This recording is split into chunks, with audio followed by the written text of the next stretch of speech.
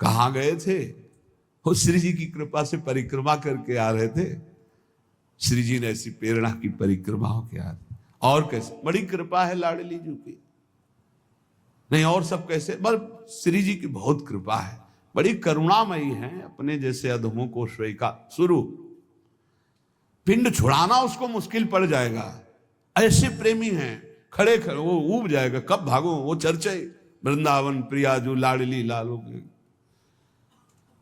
ऐसे प्रियालाल के प्रेमी जन होते हैं कि उनको बस भगवत चर्चा ही करनी। अगर जबान खुली तो भगवत चर्चा। धूप है कि क्या है, देखा है, मधुकरी मांगने जा रहे संत जन मिल गए, खड़े धूप में नंगे पैर, चर्चा हुई, मानो पेट भर गया। कितनी अहोभाग्य, 1 घंटा से भगवान की चर्चा हो रही, प्रियालाल की चर्चा हो रही। आगे कह रहे हरि को भजन, साधु की पहचान हर समय भजन परायण। कोई माला से जप रहा है, कोई बिना माला से जप रहा है। बिना माला से जपने वालों की पहचान होती है, वो गुरु प्रसाद से जागृत होती है। एक दृष्टि में पता चल जाएगा ये बहिर्मुख है या अंतर्मुख होकर नाम जप कर रहा है। जहां एक दृष्टि गई तो पता चल जाता है। अंतर्मुख का एक अलग होता है, वो एक कुछ अलग चेहरा हो, चाहे जितना वो छुपाना चाहे नहीं छुपा सकता। एक दृष्टि में पता चलता है नाम जापक है, अंतर में नाम चल रहा है। और चाहे जितना दिखाना चाहे, मान लो ऐसे बाहर, तो अंतर में पता चल जाएगा ये केवल सामने की बात है, अंतर में इसके नहीं चल रहा है। दोनों बातें भजन करने वालों को अपने आप पता हो जाती है। उपासक, संत, भागवत, महाभागवत, इन सब की पहचान भजन से ही है। कल चर्चा जब विश्राम हो रही थी सुना था, आधे पल के लिए भी त्रिभुवन की राज्य लक्ष्मी देने पर जो अपने प्रभु का भजन नहीं छोड़ता, सुमिरन नहीं छोड़ता, वो महाभागवत है।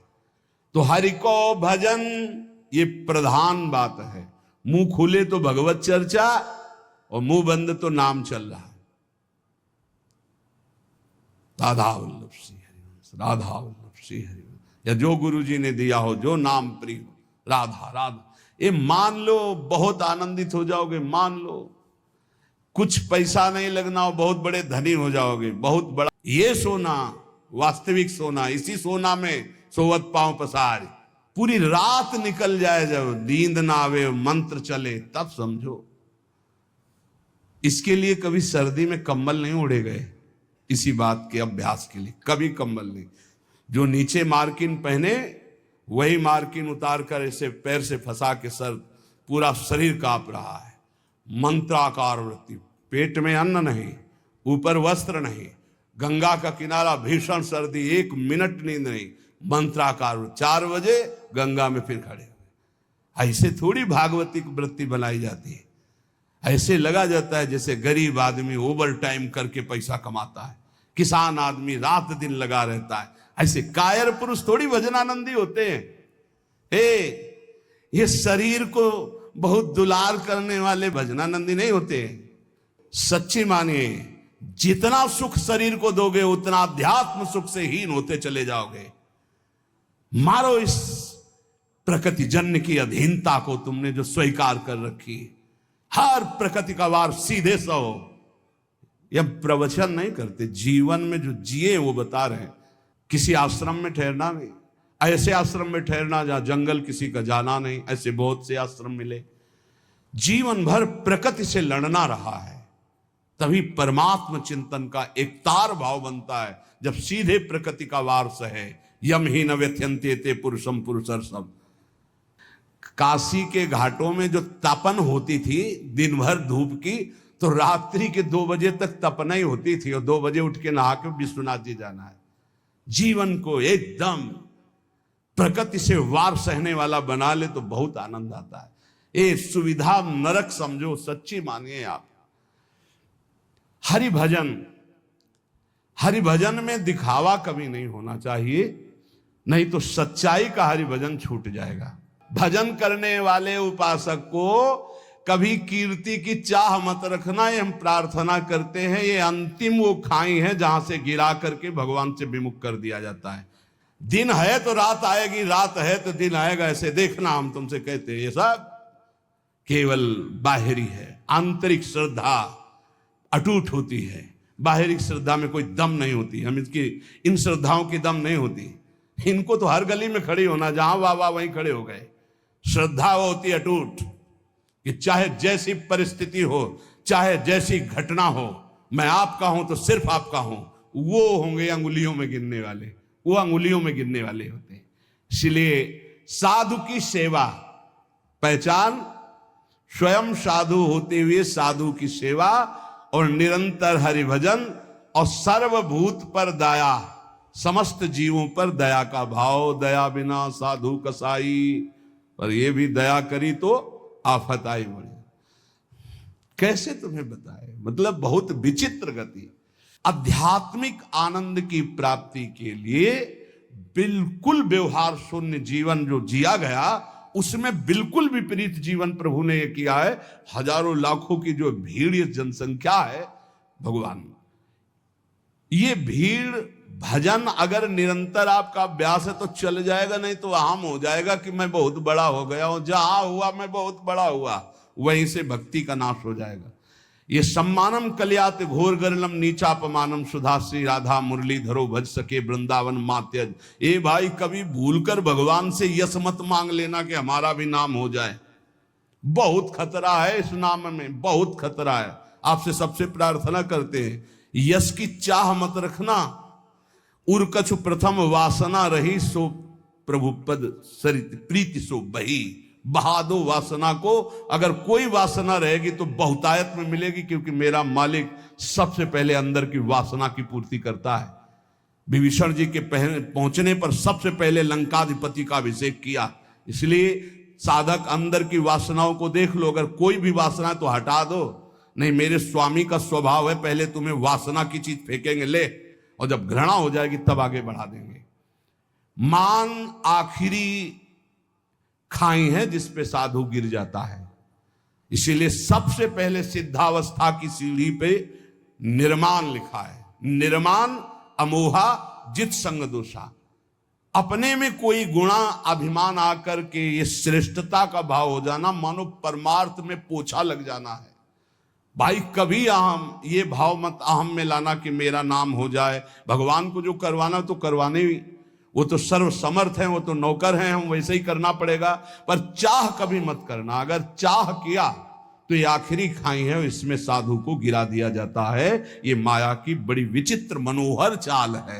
बड़ा मीठा जहर है जिसे हाथ में लेकर स्वयं खा लिया जाता है। ये मान प्रतिष्ठा यश कीर्ति, ये जगत मंगल कराने वाले भगवान की हो, उन्हीं का यश गाए। अपनी कभी न मानकर इसका जो भोग करेगा वो नष्ट हो जाएगा। मेरी यश कीर्ति इससे नष्ट हो जाएगा। सर्वभूत पर दया, दया तो करनी है, पर दया वो जिसमें भगवत विस्मरण न होने पावे। दया को उल्टा याद, अगर हरि की याद भूल गई तो वो दया फंसा देगी पक्का। और जिस दया में हरि सामने है कि ये मेरे भगवान हैं, वो कभी नहीं फंसा पाएगी। संत के लक्षण, जब वाणी खुले तो भगवत चर्चा, जब वाणी बंद तो भगवान नाम जप, और स्वयं साधु होते हुए साधु की सेवा, ये प्रधान लक्षण है। हरि को भजन, साधु की सेवा, सर्वभूत पर दया, हिंसा लोभ दंभ छल त्यागे, विषम देखे माया। कभी किसी की हिंसा न करे, ये साधुता का लक्षण है। कभी जीव को, किसी जीव को कष्ट देना नहीं। मन से, वचन से, अगर आप थोड़ा भी किसी के प्रति रूखा भाव कर लें तो आप अंदर देखना आपके भजन में फर्क पड़ जाएगा। ये अंदर के अनुभव की बातें करते हैं। अगर उसको तुमने डांटा है, सही माने में डांटा है, और भगवत भाव करके डांटा है, तब तो आपका भजन चलेगा। और अगर भगवत भाव नहीं किया है और बिना किसी अपराध के आप डांट रहे हैं तो आपका भजन बंद हो जाएगा पक्का। थोड़ा अपराध है, बहुत डांट दिया तो आपका भजन बंद हो जाए। ये भागवती क्षेत्र है। किसी को न वचन से, न शरीर से, न मन से पीड़ा ना पहुंचाए, किसी को भी नहीं। देखो, गुरु शिष्य एक व्यवहार का संबंध है, परमार्थ नहीं। आप ये मत समझना कि गुरु शिष्य परमार्थ का है। परमार्थ तो एक ही तत्व है, न गुरु है न शिष्य है। अगर शिष्य शिष्य वो गुरु ही है, गुरु गुरु वही भी शिष्य है, वही गुरु है वही शिष्य, दो नहीं। द्वैत परमार्थ नहीं है, परमार्थ एक वस्तु है। परमार्थ में गुरु शिष्य नहीं, ये व्यवहार है, प्रणाम नमस्कार वंदन, ये सब व्यवहार के अंतर। परमार्थ में एक वासुदेव यहां जो विराजमान वही यहां विराजमान है। उसी वासुदेव को देखकर वो स्वांग शिष्य का कर रहा है, तो आप स्वांग गुरु का कीजिए। बस स्वांग है, सत्य वस्तु एक ही है जो सर्वत्र विराजमान है। इसलिए किसी को भी वचन से, शरीर से या मन से पीड़ा ना पहुंचावे। लोभ, किसी भी तरह अर्थ का लोभ ना आने पाए। दंभ, कोई दिखावा मान प्रतिष्ठा के लिए नाटकबाजी नहीं होना चाहिए। छल त्यागे, छल अंदर कुछ है बाहर कुछ है ऐसा ना करे। साधुता का मार्ग निर्मल है। संत सरल चित जगत हित जान स्वभाव सने। संतों का स्वभाव होता है जगत मंगल करना, सरल चित्त, छल कपट रहित रहना। और विषसम देखे माया। माया किसे कहते हैं? मैं मोर तय तोर, जहां तक इंद्रियां जा रही, जहां तक भोग विलासता के लिए मन जा रहा, सो सब माया जानो भाई। अपने माया में ही जी रहे हैं, माया में ही रह रहे हैं, माया के ही शरीर में है। के गुण गाने वाले रसिकों के दर्शन होंगे, प्रियालाल का यश सुनने को मिलेगा, और जब इसी रज में शरीर छूटेगा तो प्रियालाल की प्राप्ति हो जाएगी। संत वचन, महापुरुषों ने जगत मंगल के लिए उपदेश किए हैं। ये जो पीछे आपने सुना होगा यम नियम धारण करना चाहिए, अगर यम नियम धारण करता है तो उसमें बड़ी दिव्यता आती है। यम नियम आसन प्राणायाम प्रत्याहार धारणा ध्यान समाधि यो अष्टांगानी। योग के ये 8 अंग हैं, 8 अंग हैं। यम नियम आसन प्राणायाम प्रत्याहार धारणा ध्यान और समाधि, ये अष्टांग योग कहलाता है। पर यम नियम हर उपासक के जीवन में होना चाहिए, चाहे जिस मार्ग का हो। ये यम नियम सब संप्रदाय, सब उपासकों के जीवन में होते हैं। क्या यम? ये 5 होते हैं। अहिंसा, सत्य, आस्तेय, ब्रह्मचर्य, अपरिग्रहा, यमाहा, ये यम। किसी की हिंसा न करना, सत्य आचरण, सत्य भाषण, सत्य विचार, किसी की चोरी न करना, सदैव ब्रह्मचर्य का पालन या गृहस्थ में उचित ब्रह्मचर्य का पालन, और अपरिग्रह, किसी से भी दान न लेना, ये यम है। अगर यम का पालन किया जाए, अपरिग्रह स्थैर्य जन्म कथंत संबोधा, अगर किसी से जिंदगी भर कोई दान ना ले, यम का और नियम का पालन करे, तो उसे कई जन्मों की स्मृति प्राप्त हो जाएगी। जैसे इसमें ब्रह्मचर्य, अपरिग्रह, आस्ते, चोरी ना करना, सत्य बोलना, किसी की हिंसा न करना, ये 5 यम हैं। इनमें अपरिग्रह, जो इन 4 यमों का पालन करते हुए 5वां अपरिग्रह, कभी किसी का दान न ले। आकाश वृत्ति से प्राप्त हुई भिक्षा या माधुकरी वृत्ति से प्राप्त हुई भिक्षा को कभी दान नहीं कहते। जो किसी से हाथ फैला के लिया जाता है उसे दान कहते हैं। आकाश वृत्ति से जो हमें भगवान बैठे बैठे दे दे, अजगर वृत्ति, ये माधुकरी वृत्ति, ये संतों के लिए रखी गई। और गृहस्थ में तो दान लेने का कोई सवाल ही नहीं। धर्म पूर्वक कमाओ और दूसरों की सेवा करना वो बात है। लेकिन तीर्थयाटन या कहीं भी जाकर कई बार मना किया है, आप गृहस्थ हो, अपनी मेहनत की कमाई का खाओ, भले आप चना चबेना से समय काटो, लेकिन किसी की हलवा पूड़ी दी हुई मत खाओ, क्योंकि आपके पुण्य बच जाएंगे। कितनी बड़ी बात है। यही यम का पालन कर रहे थे भीष्म पितामह जी। ब्रह्मचर्य, सत्यवादी और अहिंसा। अहिंसा का तात्पर्य बहुत सूक्ष्म होता है। जो धर्म विरुद्ध आचरण करने वालों को धर्म युक्त दंड देता है, वो हिंसा नहीं मानी जाती है। अहिंसा का मतलब यही नहीं कि केवल अधर्मी पुरुष है, पापाचरण कर रहा है, आपका राजकीय पद में अधिकार है कि उसको दंडित किया जाए और आप उसे कि मैं तो अहिंसा व्रती छोड़ दिया, अब हिंसा हो गई, क्योंकि वो हजारों को अधर्म करके दुख देगा, वो तुम्हें पाप लगेगा। तुम अधिकार प्राप्त हो राजकीय विधान से, उसको दंडित करो, उसको शासन में लो। अधिक पापी है तो उसको न्याय के द्वारा ऐसे कब्जे में रखा जाए जिससे वो अपराध ना कर पावे। तो कहीं कहीं हिंसा भी अहिंसा हो जाती है, हिंसा भी अहिंसा हो जाती है। जैसे हम पीछे सुनाया था वो लकड़ी हरी उजाले का, पूरे 4 को मारा तो पूरा गांव बच गया, तो वो अहिंसा हो गई, वो पुण्य हो गया। भीष्म पितामह जी को भगवान से कह रहे कि मुझे 100 जन्म की पूरी याद है, पीछे मैंने कोई ऐसा पाप नहीं किया जो ऐसा भोग रहा हूं। ऐसे ये जो पूर्व जन्मों की स्मृति है, ये यम धारण करने से प्राप्त हो जाती है। अहिंसा, सत्य, चोरी ना करना, ब्रह्मचर्य धारण करना और किसी से परिग्रह न लेना, दान न लेना। दान लेने से बहुत हानि होती है, बहुत हानि होती है। दान लेने में खुशी नहीं होना चाहिए कि हमें कोई बहुत महंगा स्वेटर दे रहा है, बढ़िया घड़ी दे रहा है, खूब रुपया दे रहा है, ये बहुत घाटे का है। नाशवान वस्तुओं से अविनाशी भजन का हिस्सा बटा देना, ये कोई बुद्धिमत्ता नहीं है। सहज में काम चलाओ और खूब भजन करके जगत मंगल करो, भजन करके भगवत प्राप्ति करो। देखो कितनी बढ़िया बात कह रहे हैं, अपरिग्रह स्थैर्य जन्म कंथता संबोधा। अनेक जन्मों की वो याद बैठे बैठे कर सकता है, पूर्व जन्म में मैं कौन था या पूर्व जन्म में आप कौन थे। जो किसी का कभी दान नहीं लिया और अखंड ब्रह्मचर्य से रहता है, सत्य बोलता है, चोरी नहीं करता, किसी की हिंसा नहीं करता, जो ब्रह्मचर्य से रहता है, ब्रह्मचर्य प्रतिष्ठायाम वीर लाभः। ब्रह्मचारी जैसा कोई बलवान नहीं होता, शारीरिक बल कोई बल नहीं कहा जाता। ब्रह्मचर्य में सामर्थ्य होती संकल्प बल की, जाओ ऐसा, फिर वैसे ही होगा।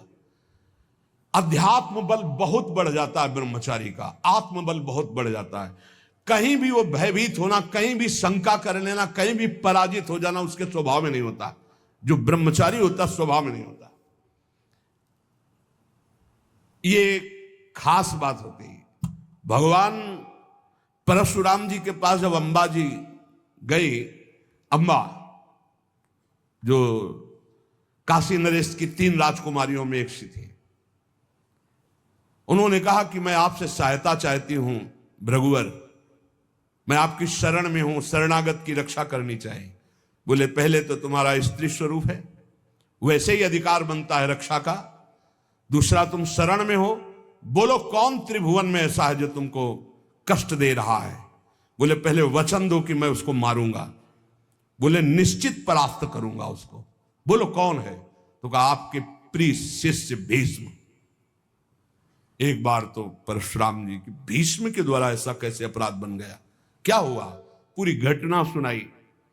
प्रेम करती हूं, बिल्कुल पक्ष नहीं लूंगा, तुम शरणागत हो, तुम्हारे लिए मैं मेरी आज्ञा का पालन करेगा। अखंड ब्रह्मचारी भीष्म जी और अखंड ब्रह्मचारी भगवान परशुराम जी, दोनों सत्य पे हैं, दोनों महान हैं, पर एक गुरु है एक शिष्य है। पर एक इच्छा का अनुमोदन कराने के लिए अपनी द्वेष वृत्ति का भगवान परशुराम जी का आश्रय लिया, इसलिए परशुराम जी कमजोर है। और सत्य का पालन करने के लिए धर्मनिष्ठ, इसलिए चेला बहुत जोरदार के हो गए भीष्म जी। बुलाया भीष्म जी को बाहर हस्तिनापुर की, अर्घपाद्य आदि लेकर गए, प्रार्थना की, परिक्रमा की, दंडवत किया। बोले मेरी आज्ञा है अंबा को स्वीकार करो। बोले कदापि गुरुदेव नहीं, क्योंकि सब कोई जानता है सत्य के आगे कुछ नहीं, और मैं सत्य प्रतिज्ञा किया हूं कि अखंड ब्रह्मचर्य रहूंगा, जीवन में कभी संतान उत्पन्न ही नहीं करूंगा। तो उनका युद्ध या अंबा, तो उनका युद्ध गुरुदेव से युद्ध, उन्होंने ही विविध प्रकार के दिव्यास्त्रों की शिक्षा भीष्म जी को दी थी जब गंगा जी ले गए थे। और गंगा जी ने और भी दिव्यास्त्र सिखाए थे जो परशुराम जी को भी पता नहीं थे। ऐसे थे, रोज युद्ध होता, पहले जाते, परिक्रमा करते, साष्टांग दंडवत करते हो, कहते आशीर्वाद दीजिए विजयी भव का। बोले योद्धा तो मैं ही हूं, तुम्हारा विपक्ष का मैं आशीर्वाद नहीं दे सकता, पर हां बलपूर्वक युद्ध करना, बलपूर्वक युद्ध करना। आखिरी युद्ध जितना भयानक हुआ कि गंगा जी अष्टवसु सब जागृत हो गए, उपस्थित हो गए। भीष्म जी ने एक अस्त्र ऐसा चढ़ाया था जो परशुराम जी के पास काट नहीं थी, निश्चित परशुराम जी का वध हो जाता। गंगा जी आकर के पकड़ लिया और कहा नहीं नहीं, ऐसा बिल्कुल ठीक नहीं है। समस्त अष्टवसु आ गए। तो उन्होंने कहा मां, ये प्रत्यंचा पे चढ़ा हुआ धनुष तभी उतरेगा जब गुरुदेव अपना रथ पीछे कर दें, अपना धनुष नीचे कर दें। तो गुरुदेव कैसे नीचे कर से? अष्टवसुओं ने, समस्त देवताओं ने कहा प्रभु आपका चेला है, अब आपको धनुष नीचे करना पड़ेगा। अगर छूट गया तो आपके पास काट नहीं है, आप अबद्ध हैं, फिर भी बध हो जाएगा आपका। भीष्म जी के बाण तभी धनुष से उतरे जब वो रथ पीछे हटा, धनुष नीचे किया, कूद गए, परिक्रमा की और गुरुदेव बोले जा विजयी भव, कहते विजयी हुआ। तो सत्य, ब्रह्मचर्य, अहिंसा, अपरिग्रह बहुत बड़ी ताकत है। ब्रह्मचर्य में बहुत बड़ा बल है, उसको आज हमारी समाज समझ नहीं पा रही। यम नियम के बिना जीवन बिल्कुल पशुवत जीवन है। यहां कह रहे हैं ब्रह्मचर्य प्रतिष्ठायाम वीर लाभा, महान बल, जो चाहो आप कर सकते हो संकल्प के द्वारा। जो आपको दिव्यता किसी में दिखाई देगी वो ब्रह्मचर्य की होगी। भीषण कष्ट को भी सहने की सामर्थ्य, सर्दी गर्मी, मान अपमान, दुख सुख, लाभ हानि और सत्यवाद, संकल्प बिल्कुल सिद्ध होने लगता है।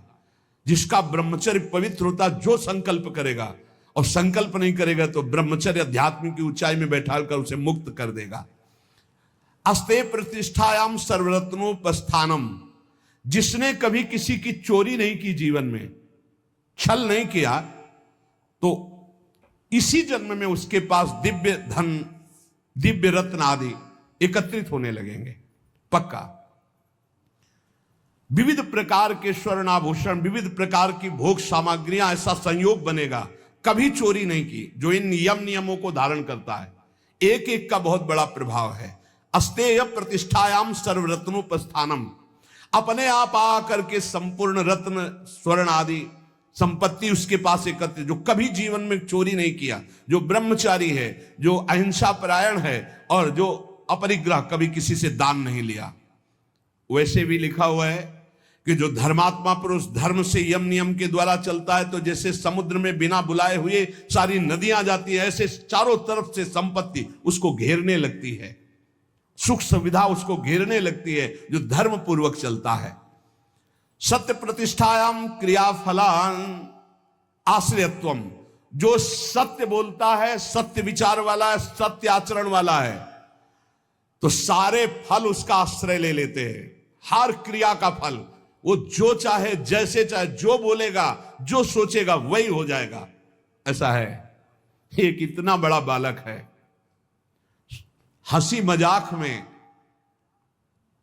सर्प डाला था, कोई गुस्सा होके नहीं डाला था परीक्षित जी ने, कि पता नहीं समाधि में है या ढोंग कर रहे हैं समाधि का, ऐसे डाला और चले गए। कुछ बच्चों ने जाकर बताया, श्रृंगी ऋषि तुम्हारे पिता के गले में चक्रवर्ती सम्राट महाराज परीक्षित मरा हुआ सर्प डाल दिए। उनका ऐसी असभ्यता, इतने बड़े बालक हैं अभी, ऐसी असभ्यता, चक्रवर्ती सम्राट होता हुआ भी इन महापुरुषों की महिमा को नहीं जानता। ऐसी असभ्यता, ये समझता है यही दंड धारण करता है, देख मैं ब्रह्म ऋषि बालक हूं, इसको दंड देता हूं, आज के 7वें दिन तक्षक सर्प इसे काटेगा और मरेगा। इतने बड़े बालक हैं। जबान से निकली हुई हर बात, जब उनके पिता शुद्धि में आए, साफ हटाके से दौड़ के आके श्रृंगी ऋषि लिपट गए। उनका रोने की क्या जरूरत है, मरा हुआ ही सर्प तो था।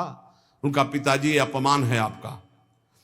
अपमान तो उस राजा का हुआ, वो धर्मात्मा राजा आया हुआ था, आश्रम में आया हुआ राजा, अतिथि था। हमें चाहिए था हम जल पिलाते, हम उठकर अर्घ देते, पर मैं बाह्य था ही नहीं, बाह्य दशा में, समाधि दशा में अंतर था। वैसे तो अपराध मेरा ही बना कि राजा धर्मात्मा आया और मैंने स्वागत नहीं। बोले प्रभु हमने तो उसको दंड दे दिया, क्या 7 दिन में तक्षक डसेगा। इतने बड़े धर्मात्मा राजा को ऐसा साफ मतलब पिता की भी सामर्थ्य नहीं कि उसे नष्ट कर सके। बोले शाप तो अमोघ है तेरा, क्योंकि तू ब्रह्म ऋषि बालक है।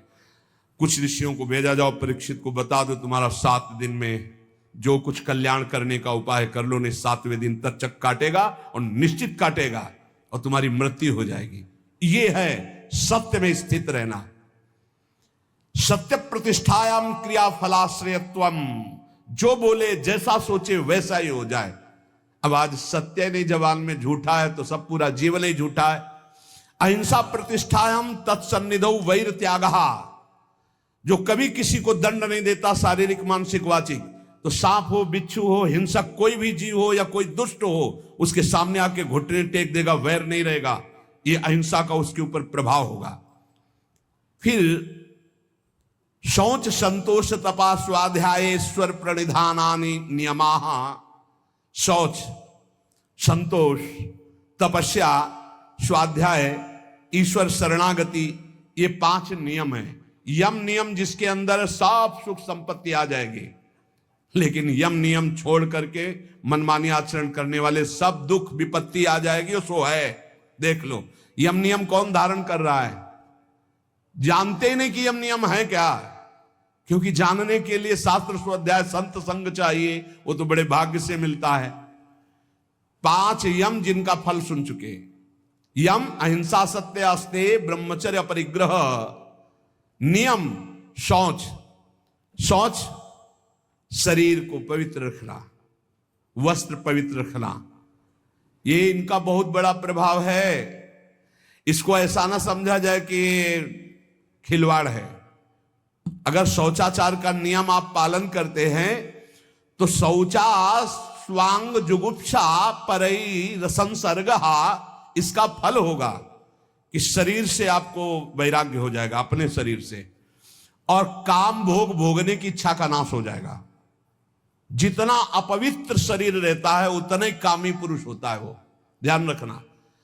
जो दूसरे के शरीरों का स्पर्श नहीं करता, अपने शरीर को पवित्र रखता है, वस्त्र पवित्र, शौचाचार का नियम, तो उसको शरीर संसर्ग की इच्छा का नाश हो जाएगा, काम भोग की इच्छा का नाश हो जाएगा। बड़ा प्रभाव है इन यम नियमों का। शौचाचारत जुगुप्सया, अपने शरीर से उसे वैराग्य हो जाएगा, घृणा हो जाएगी, शरीर राग नष्ट हो जाएगा। और परैर संसर्गः, दूसरे शरीर का संसर्ग करने की इच्छा का नाश हो जाएगा, काम वासना नहीं रहेगी, जो पवित्र शरीर और वस्त्र रखता है। संतोष, संतोष ये बहुत बड़ी अंतःकरण की उपलब्धि है। सुख, संतोष, समस्त कामनाएं नष्ट हो जाती है। बिन संतोष न काम न साही, अछत काम सुख सपने उनाई। संतोष सबसे बड़ा धन है। जिसके पास संतोष रूपी धन है उससे बड़ा कोई धन ही नहीं। और संतोष तभी होता है जब भगवत शरणागति होती।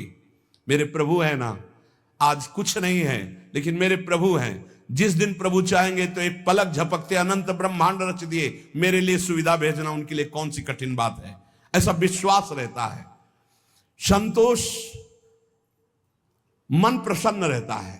संतोष, चित्त एकाग्र रहता है। संतोष, इंद्रियां बस में रहती। संतोष, भगवत साक्षात्कार करा देता है। इतने गुण हैं संतोष में। संतोष धारण करे, जैसी परिस्थिति जोई जोई प्यारो करे सोई मुहि भावे। शौच, संतोष और तपहा। तप कहते हैं कायेंद्री सिद्धि रशुद्धि क्षयात तपसहा। अपनी दिनचर्या में जो शारीरिक कष्ट है, जो मानसिक कष्ट है, उसको जो सहता है वो तपस्वी कहा जाता है। शारीरिक कष्ट, अब पूरी रात हो गई अपनी दिनचर्या करते, रात ही समझो 9 बजे 10 बजे से हम 11 12 1 बजे जग गए, फिर लगे 10 सवा 10 बजे तक, फिर खा पी के जरा सा विश्राम, फिर दिनचर्या। ना चैन से सोना है, ना कोई मनोरंजन है, ना कोई भोग वासना का खेल है। रात दिन जलते हुए आगे बढ़े। क्या हो रहा है इससे? आप रोज विजयी हो रहे हैं माया पर। कायेंद्रीय सिद्धि रशुद्धि क्षयात तपसा। समस्त अशुद्धियां पाप तुम्हारे नष्ट हो रहे हैं और शरीर और इंद्रियां परम पवित्र हो रहे हैं। सिद्धि सिद्धि, जो चाहोगे वो प्राप्त हो जाएगा। ये तपस्या से ब्रह्मा जी सृष्टि रचते हैं, तपस्या से ही महादेव जी इसका संहार करते हैं, तपस्या से ही हरि इसका पालन करते हैं। तप बहुत बड़ी वस्तु है, जिसके जीवन में तप नहीं वो कुछ नहीं समझ सकता। श्री हरिवंश प्रसिद्ध धर्म समुझैना अलप तप। थोड़े तपस्या वाला हरिवंश धर्म को नहीं समझ सकता।